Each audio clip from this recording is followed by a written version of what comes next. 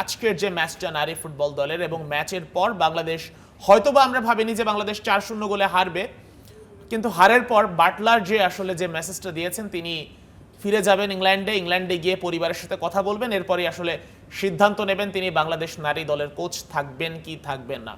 কি মনে হচ্ছে শেষ পর্যন্ত কি হবে? শেষ পর্যন্ত ওনার মেসেজটা কিন্তু একটু সংশয় তৈরি করেছে। অলরেডি জনমনে তারা এরকম মেসেজ, যেহেতু পরিবারের সাথে সিদ্ধান্তর কথা তিনি বলতে চাচ্ছেন, তার মানে নেতিবাচকতাটা আমার কাছে মনে হয় অনেক বেশি।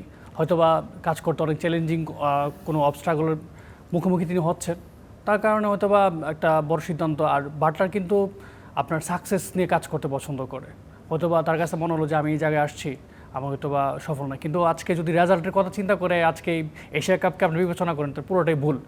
আজকে আমি যদি বলি ভারত আমাদের থেকে, আমাদের র্যাঙ্কিং যদি 112 হয়, ভারতেরও তো 67। সো তারা অলরেডি ভারত জাপানের সঙ্গে 11টা গোল তারা খেয়েছে। 2 ম্যাচ খেলে যদি 13 গোল খেয়েছে, আর আমরা টোটাল 3 ম্যাচ খেলে 11 গোল। তো এর মধ্যে আবার চায়না আর কোরিয়া আছে। আমরা ডিফেন্ডিং চ্যাম্পিয়নের সাথে খেললাম প্রথম ম্যাচ, রানার আপের সাথে খেললাম, তাদের মতো এরকম শক্তিশালী অপোনেন্ট দিয়ে আমাদের যাত্রা শুরু হলো। আমার কাছে মনে হয় যে বাংলাদেশ টুর্নামেন্ট অনেক ভালো করেছে এবং প্রথমবারের মতো খেলতে গিয়েছে।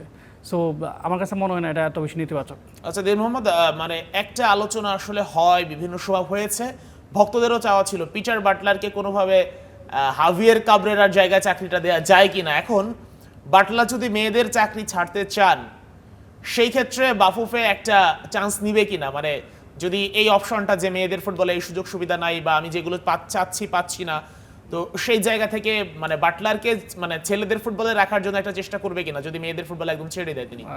আসলে এই বিষয়টা এখন অনেক মানে আপনার কাছে কি মনে হয়? আমার কাছে ফ্যান হিসাবে তো সবাই চাবে যে পিটার বাটলারের যে অ্যাটিটিউড, পার্সোনালিটি, ম্যাচ নিয়ে ইন্টেন্স যে চিন্তা ভাবনা, ওটা সবাই অ্যাপ্রিসিয়েট করে। কিন্তু এই মুহূর্তে জাতীয় দলে আমার কাছে মনে হয় যে পিটার বাটলার ভালো অপশন, কিন্তু আরও ব্যাটার কোচ নেওয়া উচিত আমার কাছে মনে হয়। পিটার বাটলার অফকোর্স, ক্যাবরেরা, আপনি যদি বলেন যে আপনি কাকে আগায় রাখবেন, ক্যাবরেরা নাকি পিটার বাটলার, আমি 10 গুণ আগায় রাখবো পিটার বাটলারকে।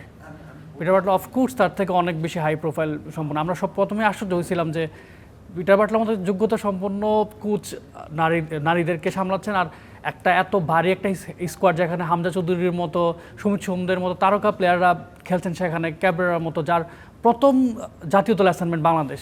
এটা আসলে খুবই মানে দর্শকদেরকে ফ্রাস্ট্রেট করে এটা।